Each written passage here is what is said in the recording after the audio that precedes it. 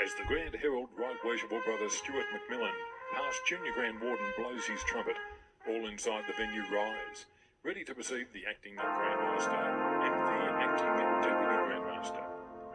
Good evening and welcome to the February 2023 special communication of the United Grand Lodge of Victoria, being held at the home of Freemasons Victoria in East Melbourne. I'm Rick Durra, the host of this evening's webcast. Welcome to those who are viewing this evening's special communication in the Masonic centres around Victoria, as well as those tuned into the webcast from all over the world. The Grand Organist this evening is Right Worshipful Brother Mark Gilo, past Senior Grand Warden, Grand Lodge Organist. Leading the escort is the Grand Director of Ceremonies, Right Worshipful Brother Barry Dice, and the Deputy Grand Director of Ceremonies, Worshipful Brother Harry Blatt. Directly behind them is the Grand Standard Bearer, Worshipful Brother Tommaso Butera, who's carrying the standard of the United Grand Lodge of Ancient, Free and Accepted Masons of Victoria. The acting Deputy Grand Master, Right Worshipful Brother Peter Henshaw, past Deputy Grand Master, is escorted by Worshipful Brother Jonathan Ivani, Senior Grand Deacon, and Worshipful Brother Jeff Holloway, Junior Grand Deacon.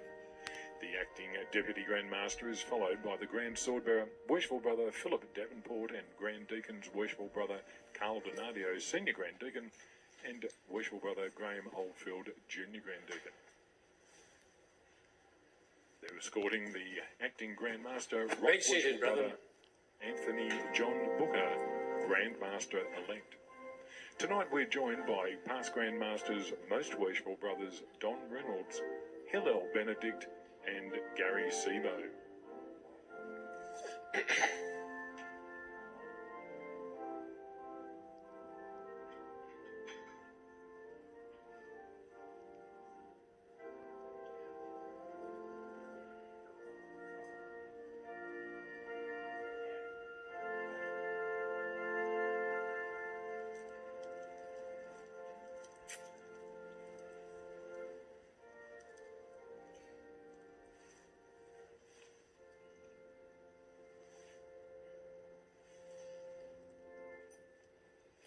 Brethren, assist me to open Grand Lodge.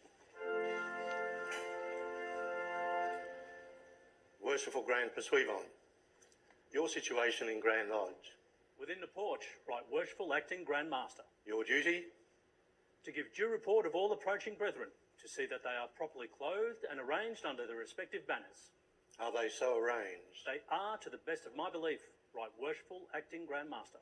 Where is the situation of the Junior Grand Warden? In the south, Right Worshipful Acting Grand Master. Right Worshipful Junior Grand Warden. Whom do you represent? Boaz, Prince of the People on Mount Tabor. Where is the situation of the Senior Grand Warden? In the west, Right Worshipful Acting Grand Master. Right Worshipful Senior Grand Warden. Whom do you represent? Jarkin, the Assistant High Priest on Mount Sinai. Where is the situation of the Acting Deputy Grand Master? At the right of the Right Worshipful Acting Grand Master. Right Worshipful Acting Deputy Grand Master. Whom do you represent? Hiram Abiff, the Prince of Architects. Your duty? To lay lines, draw designs, and prepare the work for the Grand Master. Most Worshipful Past Grand Master. Where is the situation of the Grand Master? In the east. Whom does he represent? The Royal Solomon. Brethren, I claim your attention to the Grand Chaplain who will offer up prayer. Almighty and eternal God, forasmuch as without thee we are not able to please thee, we pray thee so to direct and rule our minds that our deliberations may tend to promote fidelity to thee, our God, to our country, and to the principles of our institution. Inspire our thoughts with charity, temper our words with judgment, and strengthen our decisions with wisdom, so that this convocation may advance the welfare of our brethren, and uplift among our fellow men the honour and glory of thy most holy name. So it be. Brethren, In the name of the Royal Solomon, I declare Grand Lodge open in due form. The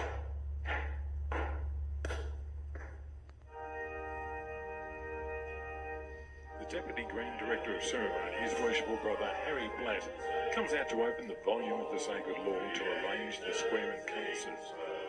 The volume of the Sacred Law represents the volume of all faiths, no matter what religion a member might believe in.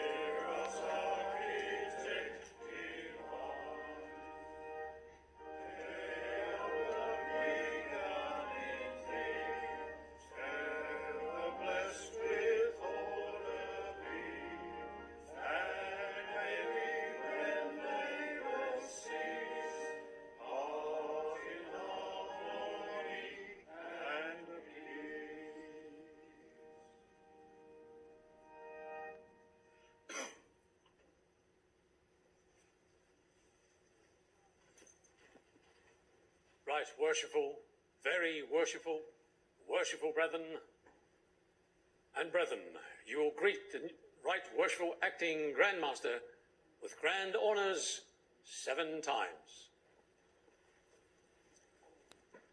Grand honours which are accorded to the Grand Master are a sign of greeting, respect.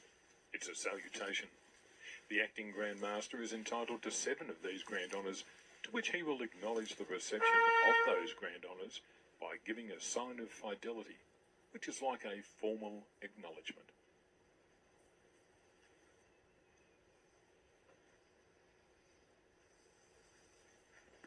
Be seated, brethren.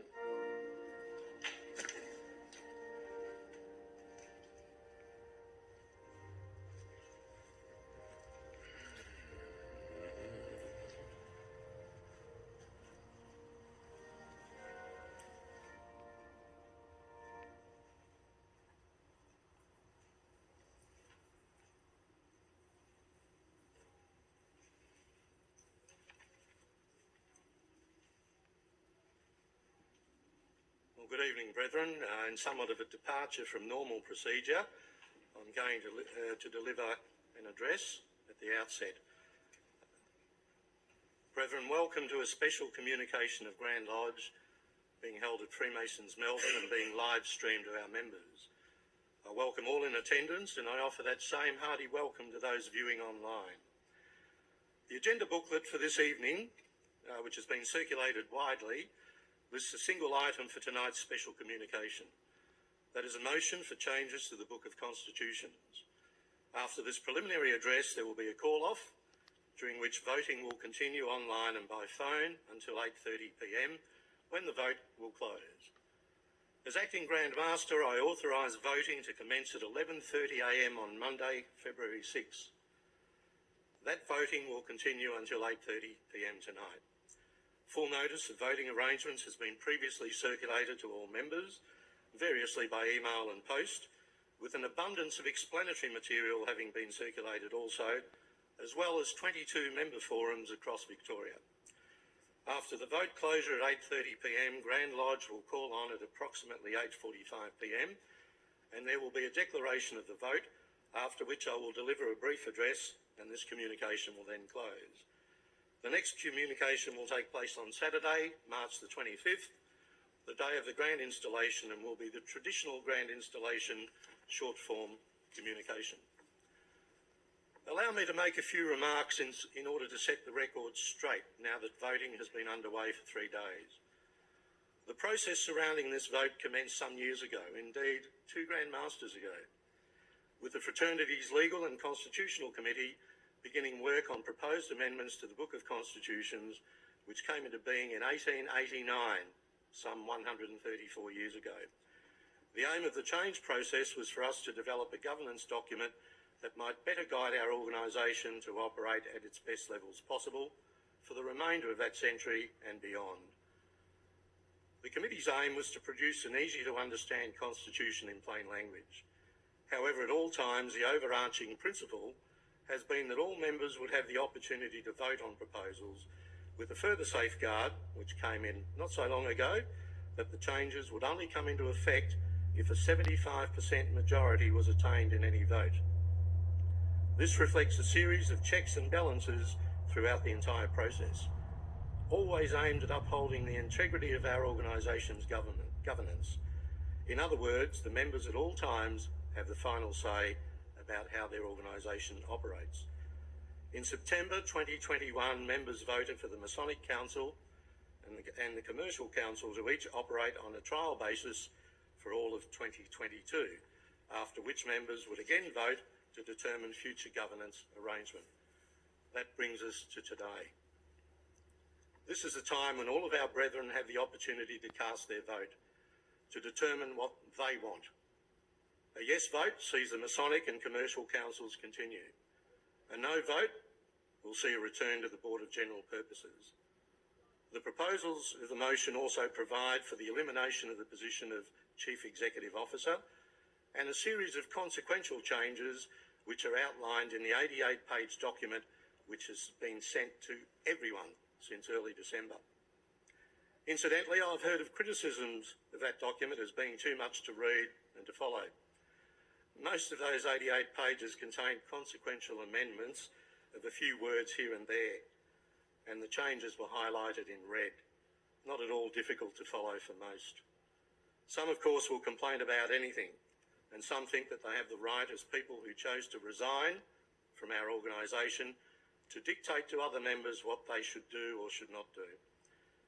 As you know, in August of last year, I came unexpectedly into the role of Acting Grand Master.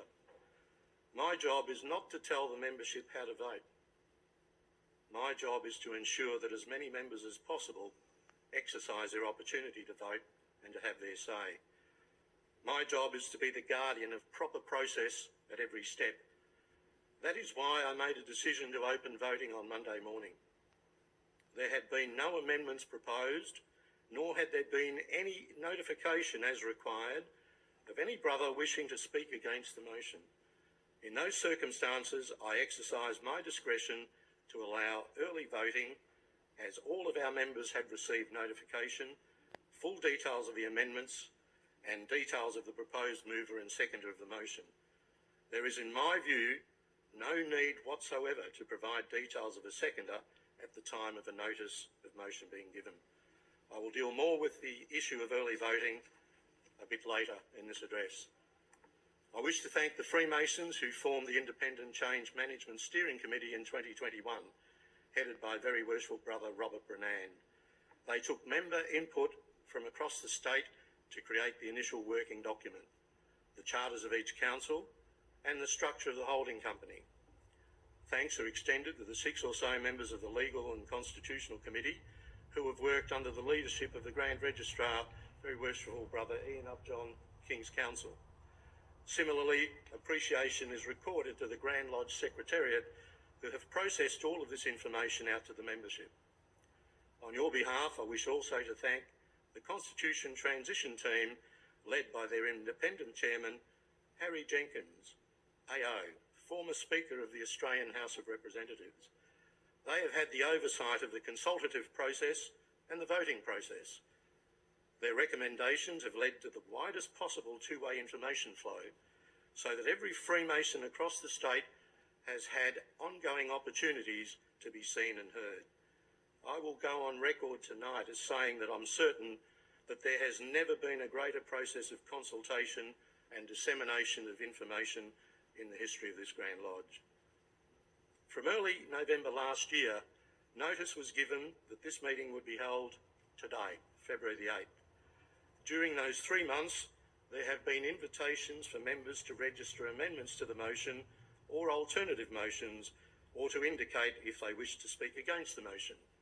No member, as stated earlier, has registered such intention with the Grand Secretary. With that in mind, to maximise the possibility of member voting, by the powers vested in me as Acting Grand Master, as stated earlier, I authorise the voting to be expanded over a 3-day period, which commenced Monday last and closes tonight at 8:30 p.m. I also authorise that voting to include electronic votes by smart device, with the additional option of votes by voice. That is, where members can use a normal landline or mobile phone, speak with a real human, and after integrity verification, submit their vote. And instruction sheets have been in circulation for some weeks. Under our rules, the Grand Master of Freemasons Victoria has the weighty responsibility to ensure the absolute integrity of our voting processes. To assist in this process, our fraternity has repeatedly engaged the respected and trusted Vero voting organisation, which is based in Western Australia but operates worldwide. Some of our members, or former members, I'm not sure which, as they sent anonymous emails, which have questioned the integrity of the Vero voting organisation. They have suggested that Freemasons Victoria can interfere with or manipulate the voting process. Brethren, that beggars belief. Vero's record is unblemished. Their integrity is unquestioned. They conduct voting for organisations including the Reserve Bank, BHP, KPMG, Optus, Toll, Arnott's, UniSuper, Australian Red Cross, RSPCA, and many other organisations. You judge for yourselves what the motivation of some might be. Our traditions dictate that electioneering, that is, telling members how to vote, should never take place. Nor are our members ever asked how they voted, despite an invitation by one of these anonymous heroes to let him know. Yet in the lead up to this current vote, there has been a concerted campaign from anonymous sources of bald-faced lies aimed at influencing the way that our members vote. Maliciously motivated persons have sought to corrupt the integrity of our voting process. And I'm certain that some of our newer members, and perhaps some of our older members, may have been influenced by the farrago of lies. Numerous emails lately on an almost daily basis containing preposterous and outrageous propositions make me feel as though we've failed as an organisation by allowing some of these ingrates to be part of it, if indeed they still are. The tactics of these fringe dwellers have included a bevy of cowardly anonymous emails, which have contained willful misrepresentations, straight-out lies, and highly defamatory slurs against a number of our respected brethren. Family members have not been immune from these attacks either. How proud these keyboard warriors must be when they look in the mirror. The constant attacks have been from these wonders, too frightened to be real men, too scared to reveal their own names. Why, I ask you? Because they well know that they have spread a litany of lies and personal slurs. They have destroyed and shredded virtually everything we have been taught by our wonderful craft. Is this how good men ought to behave? That is not how true Freemasons conduct themselves.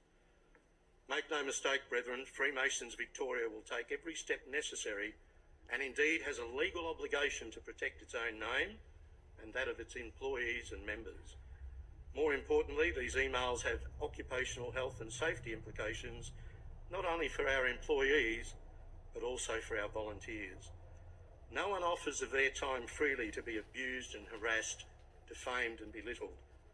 These things take a toll upon all of us, and indeed our health, and that of our families, and no one is immune. These anonymous keyboard warriors are, in my view, guilty of criminal offences, and they will be discovered, named and shamed in the fullness of time. I hope they will be prosecuted. These unauthorised, unwanted emails have repeatedly been distributed without permission. Our members have been subject to continually receiving these unwanted communications. Rule 109G of our Constitution confirms that it's a Masonic offence to abuse or corrupt a ballot or to attempt to do so. One suspended member has produced 11 self-serving videos, someone told me. This person is not even a member of any Victorian lodge. His campaign aimed to derail the good members of Freemasons Victoria. It's all very sad that some and a few of their supporters seem to blame their failures on the very fraternity which they profess to love. They're clearly in denial, brethren. The 11th schedule in our Book of Constitution provides that the Grand Master, if he considers that an electronic vote is at risk of being corrupted, may suspend the electronic vote and revert to call on the vote to be carried out only by members personally attending the quarterly communication. The members standing to indicate their vote and observed by scrutineers. Such an option was and still is available to me right to this minute. I could simply adjourn this special communication and reconvene for a personal vote in 2 weeks' time. After all, those brave anonymous heroes have indicated that Vero cannot be trusted and have queried the integrity of the vote tonight. Brethren, the supreme authority over Grand Lodge is vested in the office of Grand Master. Despite our pure process being sullied by the corrupting and false information in circulation, I declare that I am going to allow the vote to continue, irrespective of the vicious campaign of lies. We will abide by whatever the result is advised by Vero voting after voting concludes at 8:30 p.m. tonight. If a yes vote is cast by a 75% majority, we will move to the model of a Masonic Council and Commercial Council. If the no vote succeeds, we will revert to the Board of General Purposes model. You have my word on that, and that's not a new thing. I categorically stated no less at the September quarterly communication. The yes vote must succeed by a majority of 75% to come into effect. It is a deliberately high bar that insists that an absolute majority want these changes. I will learn the outcome when the Grand Secretary announces the results to me sometime after 8:30 p.m. We do not receive progress reports over the 3 days of voting, and I commit that voting will continue until that time tonight. Your Grand Lodge, brethren, prides itself on integrity, and my word as acting Grand Master is my bond, to quote that oft-repeated expression, as it should be with all members of our fraternity. Freemason Victoria's opponents issued an email on Sunday, one of many over the last weeks and months, making the scandalous allegation that the Vero vote would be manipulated by me or others associated with me. That is an outrageously incorrect claim. Even on Monday, they suggested that we should have our votes overseen by the Electoral Commission. This for a small fraternal organisation which up until recently had its future determined by a handful of attendees at a quarterly communication. Now that everyone has the opportunity to vote, it's still not enough for some. I have already indicated what I think of that allegation. Now, for the record, and I want this for the record and for the future, it is proper that I answer some of the outrageous claims made by some of these opponents of Freemasonry Victoria. The highly defamatory emails have continually attacked the Grand Secretary in particular, the Grand Registrar, myself, and a number of others personally and professionally. This behaviour is online bullying, pure and simple. It is harassment of the most damaging kind. We won't put up with it, brethren. The Vero voting process is pure and independent, despite baseless allegations to the contrary. The malicious slurs against a reputable organisation are nothing short of disgraceful. Our voting process has been overseen by the independent Constitution Transmission Team, headed by Harry Jenkins, AO, former Speaker of the Australian House of Representatives. It was also claimed that Freemasons Victoria's membership is now 3,500 instead of the actual 7,200. The author has asked members to contact him and tell him how they voted. You work that out for yourself. The author outrageously claimed in emails at the weekend that my wife might become a director of Freemasons Victoria Limited and would receive a financial windfall if the company were to be wound up. A company with millions and millions and millions of dollars worth of assets and virtually no debts. An absolutely bizarre and false claim. Our directorships, as most intelligent brethren would know, are governed by corporations law. The holding company has long held Freemason Victoria's assets in trust, and that's what holding companies do. By the way, the holding company, for those who aren't aware, was incorporated in 1989, some 34 years ago. Maybe some of these heroes should read the constitution of the company, as that may prove enlightening. Another wild claim was that members will lose their right to input, information and to voting. I say to that, what absolute, utter rubbish. This week's vote is a prime example of how members are increasingly voting on matters. Would these heroes want us to go back to the old system where a small handful had an opportunity to vote? As the old saying goes, give them an inch and they'll want a yard. Nothing's good enough for these blokes. They have criticised the move to widen electronic voting to include telephone voting from a normal landline or mobile phone. In one breath, they criticise the organisation for not allowing people to vote. In the next, they throw rocks at the very model they criticise, one that allows every Freemason in Victoria to have their say if they so choose. Our fraternity's enemies are complaining about the vote being extended over 3 days. What would they have us do? Confine the vote from 7:30 tonight to 9 p.m. and call it quits? I'm not sure that we get maximum numbers voting. Or would they prefer, in their own language, that I adjourn this communication for 2 or 3 days, come back, spend more money on setting up, on live streaming and everything else to formally call on Grand Lodge, announce the results of the vote and call off? You know, I just can't believe some people sometimes. The anonymous emails, in fact, one of the unauthorised videos, widely claims that a video from the external members of the Commercial Council and Holding Company, which I trust many people have had the opportunity to view, they've suggested that that was secretly funded by the Freemasons Foundation, our charitable arm.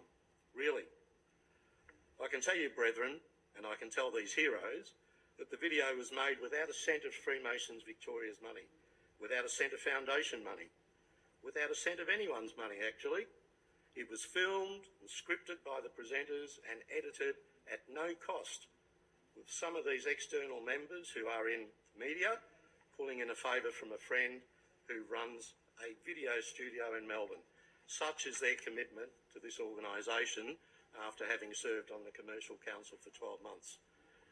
Do these disruptors really think that the directors of the foundation would risk their charitable rating by inappropriate conduct? Another outrageous slur, this time on the good men who are directors of the foundation. It doesn't stop there, brethren. The things that Freemasons Victoria's had to put up with. One critic said we should have set up a hotline for constitutional issues. Well, brethren, we have a phone number. It's 9411 0111. It's been the same for living memory as far as I'm aware. That's the phone line to the Grand Secretariat. It's open every day, every business day. They conveniently forget to mention the 22 forums were held across Victoria in 2022, or the series of workshops in person and by Zoom, and the call for submissions, and brethren wishing to propose amendments or to speak against the motion. The anonymous emails demonstrate that the author or authors really have not done any homework at all. They criticise our organisation for selling the homes, the Freemasons' homes, Royal Freemasons. Little do they realise that Royal Freemasons have been a separate autonomous entity since 1867, 156 years. Freemasons Victoria has no governance of that organisation, does not make business decisions for it, but the director or the opponents of change still haven't got the message after all that time. The homes have got nothing to do with the former board, nothing to do with the councils, nothing to do with the holding company. These people are either stupid or mischievous, or both. You be the judges, brethren. Brethren, I hope that you can realise the sense of frustration that we have when we are faced with a campaign of deliberate lies. Whichever way that our members have voted or continue to vote for the next few minutes, my chief concern has always been that members have had extensive opportunity to have their say, whether it be at forums, or workshops, or by written submission, by Zoom, and now by vote. We are not the board of BHP, brethren. We are a small fraternal organisation which hopefully will grow and become more relevant in society when we change the way we do things. Pragmatism, rather than pointless and useless nitpicking, has been my priority. Brethren, even though the process has clearly been corrupted by some, whichever way the members vote, I repeat my commitment to faithfully follow the desires of the members of Freemasons Victoria. I thank you for the opportunity as Acting Grand Master to be the custodian of a process which has given every subscribing Freemason and member of this organisation the ability, and more importantly, the right to record a vote should he wish to do so. Thank you, brethren.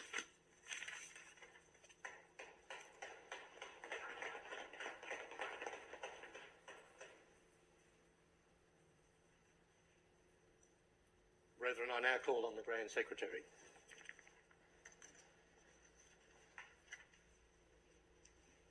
Right Worshipful Acting Grand Master and Brethren, we have received apologies from a number of past Grand Masters, including Most Worshipful Brothers the Honourable K.J.A. Ash, AC, KC, N.B. Smith, B.E. Bartrop, R.K. Jones, and R.L. Elkington, the immediate past Grand Master, who has today undergone a day medical procedure.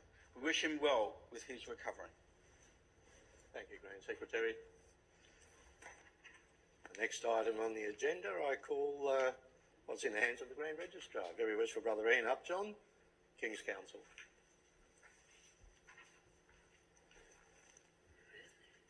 Thank you, Right Worshipful Brother Acting Grand Master. I rise to move a motion of which I gave notice at the December quarterly communication. That is, that our Book of Constitutions be amended as set out in some documents that you've all been circulated. There are three parts. First of all, we replace the Board of General Purposes with two councils, the Masonic Council and the Commercial Council. New rules numbered 300 to 339. Secondly, the Office of Chief Executive Officer is to be abolished, repealing Rules 62A and 62B. And there are a large number of consequential amendments in Rules 1 to 400, the 11th schedule, and the Rules of Debate. So I formally move that motion. Right Worshipful Acting Grand Master, I second that motion. I will now speak briefly to the motion. This is the product of a long gestation, brethren. It started, if you want to, more than 7 years ago with consultants' reports of a number of different consultants being sent to the Board of General Purposes. The most recent one of them was from the Ethics Centre in December 2020. And this thorough and detailed report, which has been published to all brethren, resulted in a resolution of the board to disestablish itself on the 15th of December 2020.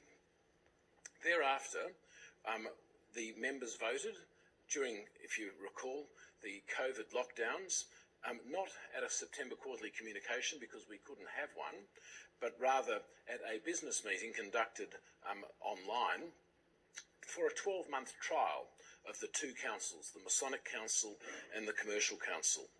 Now, the latter one has 3 Masonic members and 3 non-Masonic members who were selected for their experience and expertise in corporate life and were not paid, and under the reforms will continue to be selected by experts for their experience and expertise and will not be paid.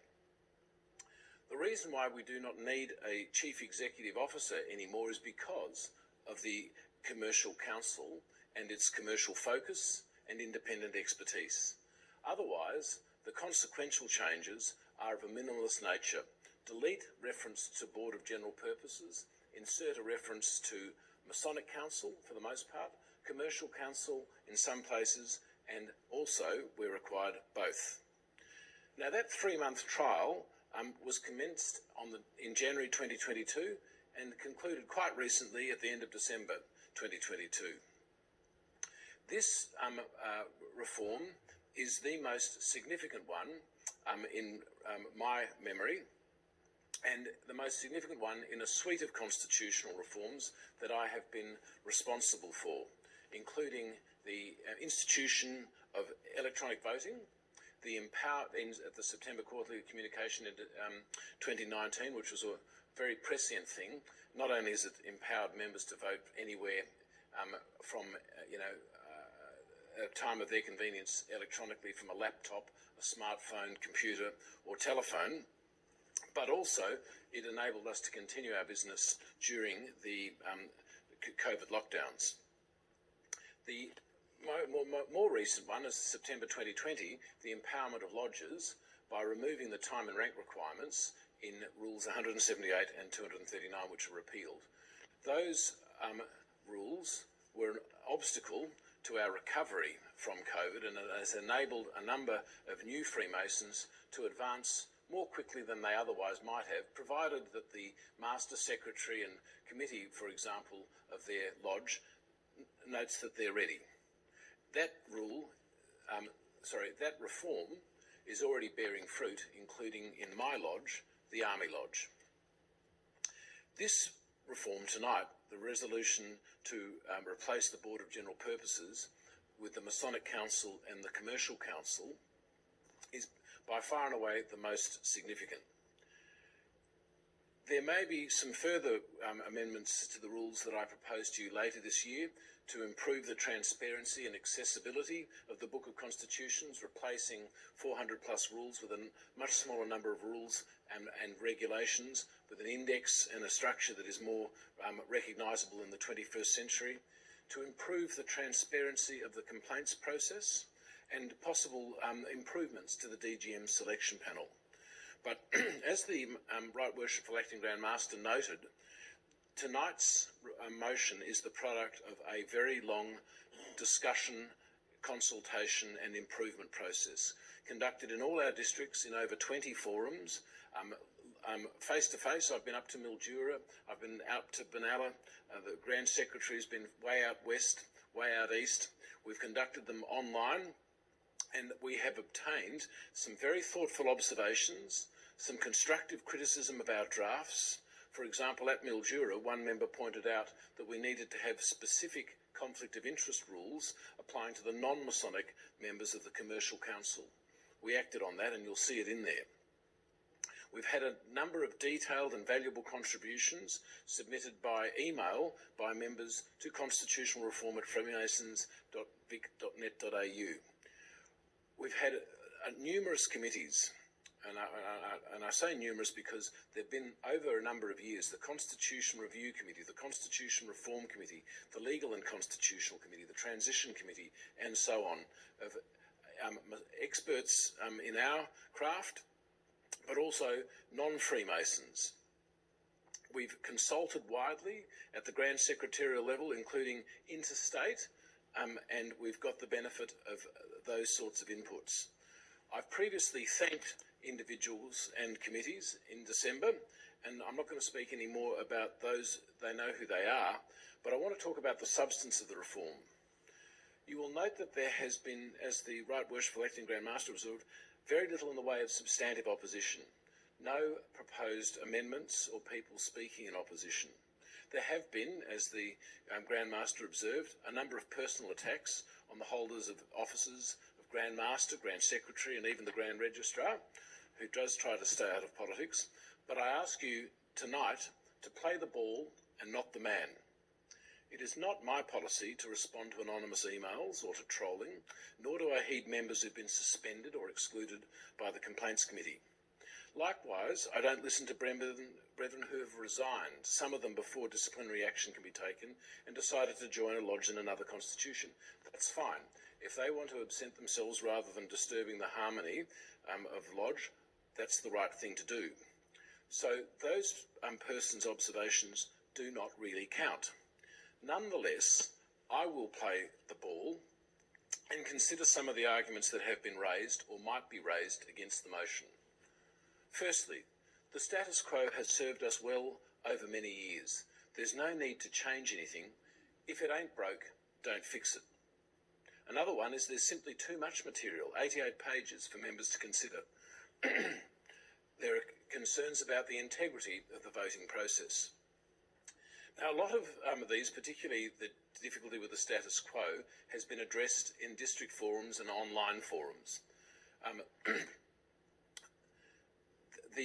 As to that, what I say is it isn't broke. We can return to it and we will make it work. But there are obvious problems if that course is followed. The Board of General Purposes was unhappy with its own structure and voted to disestablish itself and try something else. We went through, and it depends on how you want to count them, acting or only formally appointed, about 4 chief executive officers in as many years. The then Grand Master, Most Worshipful Brother Richard Elkington, observed in early 21 that the reason why the past board, which had recently resigned, was suffering the difficulties identified by the Ethics Centre was not due to the failings of individual members, but rather structural difficulties. too much was being expected of a committee of 13, responsible for everything, where there were natural tensions and structural deficiencies. We had able people elected and appointed to that board, and they were properly selected or elected for their skills, knowledge and ability. It wasn't their inadequacies, rather systemic problems in which they're expected to operate, that led to the difficulties. In my legal experience and in my studies of legal history, I've observed that it is often the way that things in committees or in organisations get more and more complicated until they become unwieldy or even collapse under their own weight. And I've asked myself whether creating two councils is just adding to difficulties that we have. But on examination, I would submit that no, we're simplifying things. We're identifying specific tasks for the Commercial Council: business, property, financial. We are freeing up the Masonic Council of those responsibilities which call for special skills so that they can focus on member matters. We are thinning them down. There will still be 13 representatives, 6 on one, 7 on the other. They will have, however, more agility and more focus as a result of the things I've described. They will also meet regularly together, and if they need to, have special meetings together to see that they remain focused and working in harmony. There will be a deadlock provision of many layers. First of all, they'll meet together. If that doesn't resolve things by consensus, then there are a number of ways it can be resolved, whether by a vote or by them or the Grand Master referring this weighty matter upon which they cannot achieve consensus to the floor of Grand Lodge for you, the members, to decide. And I would suggest to you there is nothing fairer or better than that kind of thing. Now, the criticism that members are getting too much information, that 88 pages is simply undigestible, may have some validity, but we have endeavoured to deal with that by lengthy consultation. So this isn't new, brethren. Likewise, you've been given the benefit of an explanatory memorandum which summarises and explains the changes. And most of those 88 pages are the consequential amendments. If you're in favour of changing the board into two councils, you must be in favour of changing references to the board to the relevant council. Another criticism is that the trial of the two councils was not conducted properly and members cannot evaluate it. Well, you've seen their regular reports at the quarterly communications last year. You've also seen the independent members and a director of the holding company give their own review of things and what they've experienced and observed over the past year in a video that was released just last month.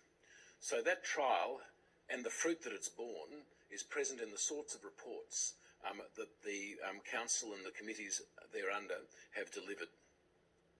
So the reforms are extensive and they do require considerable detail.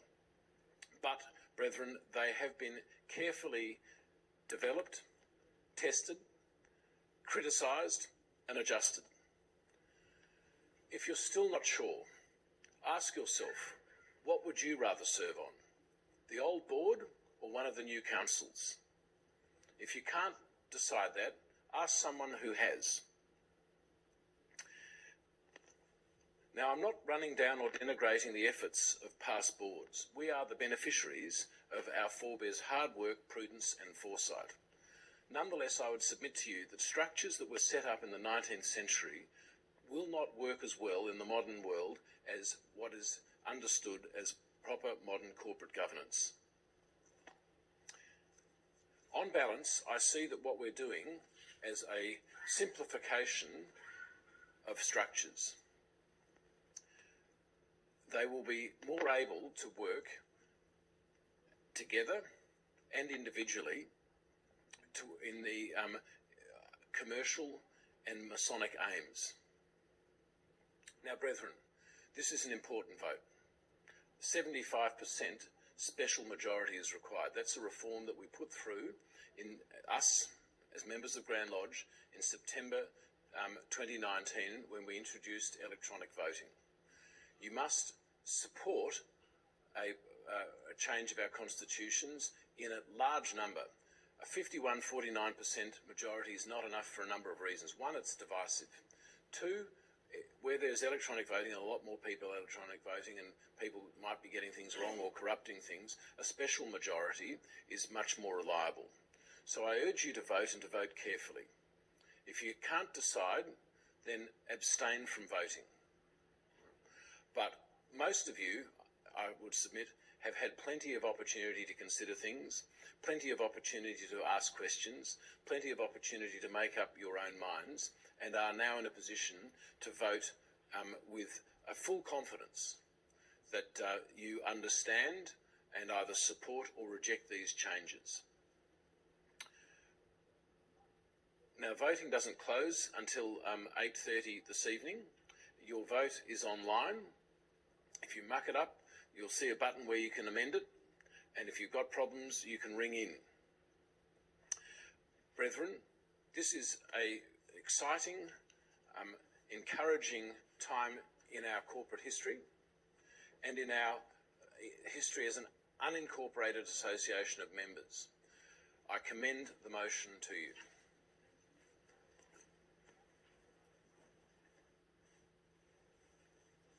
Thank you, Very Worshipful Grand Registrar. Brethren, as indicated earlier, we're going to have a short call-off. It's now 8:15, my best guess, and we'll call back on at 8:45 when we will announce the results of the vote. Principal officers upstanding. Right Worshipful Junior Grand Warden. What time is it? High time. I will thank you to declare it. Brethren, it is the Right Worshipful Acting Grand Master's command that you cease labour and go to refreshment. Keep within hail so you may come in again when called on, that profit and pleasure may be the result.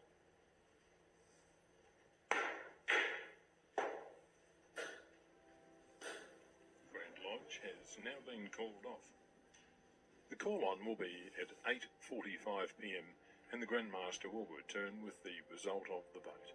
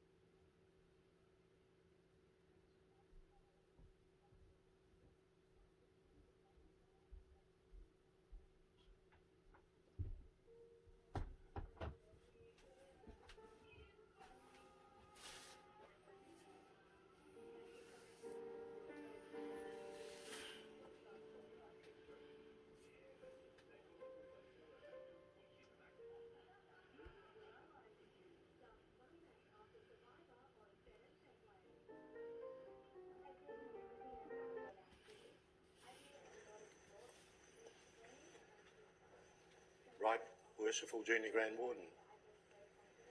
What time is it? Past high time Your duty? to call the brethren from labour from refreshment to labour. I will thank you to declare it. Brethren, it is the Right Worshipful Acting Grand Master's command that you cease refreshment and return to labour for the further dispatch of Masonic business.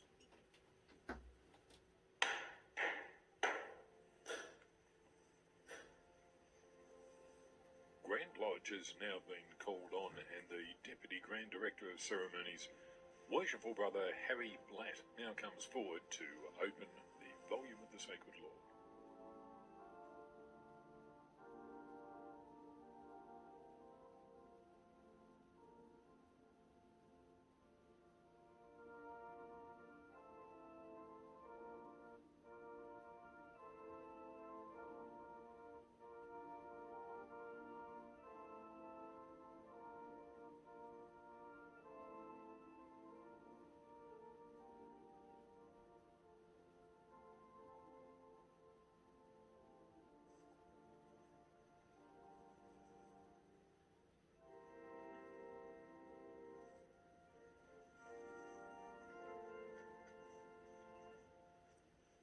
Grand Secretary, would you be kind enough to announce the results of the vote? Right Worshipful Acting Grand Master and Brethren, I advise that the voting closed as announced at 8:30 p.m. Vero Voting have forwarded me through the results, and I've also got a certification from the company and from the Director. I advise that the total number of votes cast was 1,802. The votes cast for the motion, 1,375. The votes cast against the motion, 427. This represents a total of 76.30% in favour of the motion. Thank you, Grand Secretary. I therefore declare the motion carried.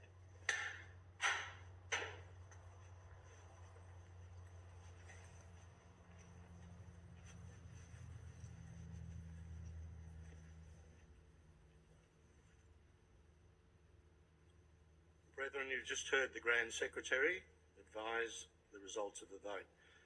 I'm not going to reiterate the numbers. Suffice it to say that according to Vero Voting, 76.3% of brethren who recorded a vote voted in favour of the motion. As they say on the television show Survivor, the tribe has spoken. From the outset, as your acting Grand Master, I've insisted that this vote has been as much as anything about proper process. Our primary aim has been to bring our members together to jointly look to the future and to have a vote to determine where we are heading and how we intend to get there. I have repeatedly given my commitment that the desires of our members take precedence. We have deliberately held that a 75% majority vote would be required to make the proposed changes. That is certainly a high bar, but it is consistent with the safeguards, the many checks and balances that exist in our organisation. We've always been taught to be cautious. This vote means that the Masonic Council and Commercial Council arrangements will become a permanent part of Freemasons Victoria. They will continue to work alongside the holding company that was incorporated, as I said earlier, 34 years ago.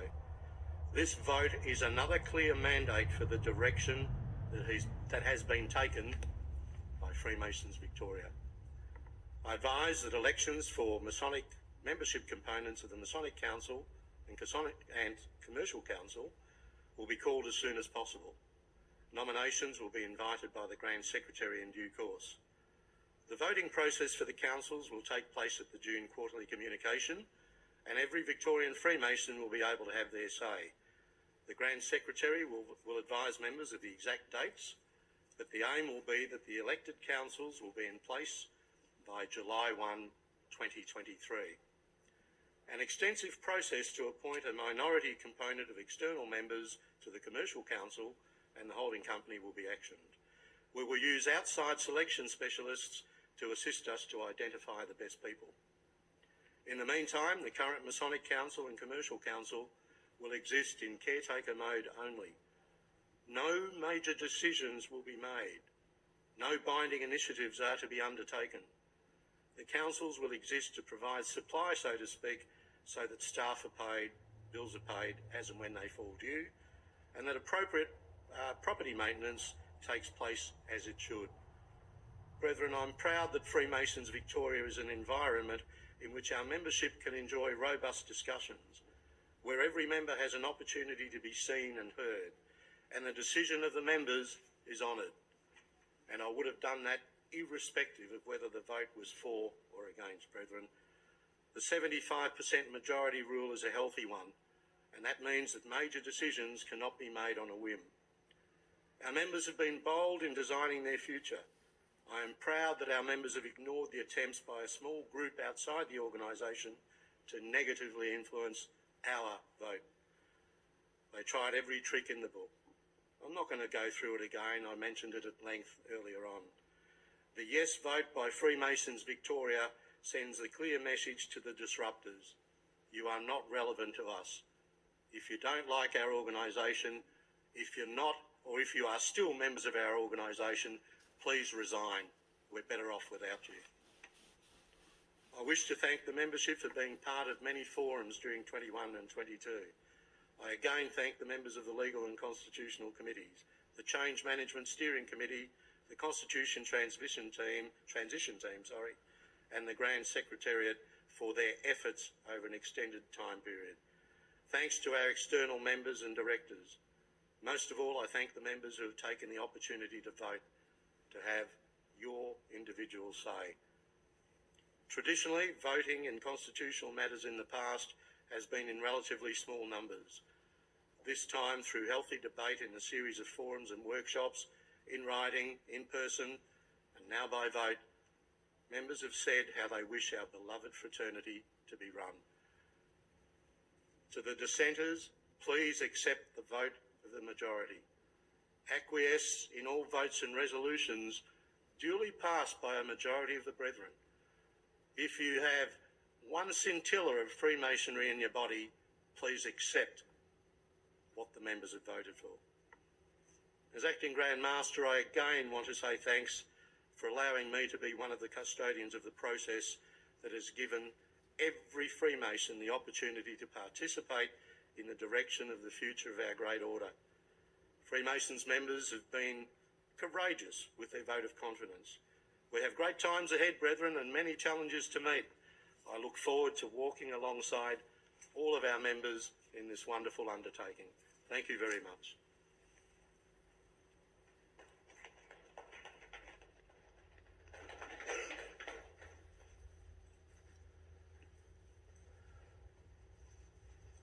Grand Secretary, I'm not sure what's left. Is there any other? No, there's no further business, Right Worshipful Brother Acting Grand Master. In that case, brethren, assist me to close Grand Lodge. Worshipful Grand Pursuivant, your situation in Grand Lodge. Within the porch, Right Worshipful Acting Grand Master. Your duty? To give due report of all approaching brethren, to see that they are properly clothed and arranged under their respective banners. Are they so arranged? They are, to the best of my belief, Right Worshipful Acting Grand Master. Where is the situation of the Junior Grand Warden? In the south, Right Worshipful Acting Grand Master. Thank you.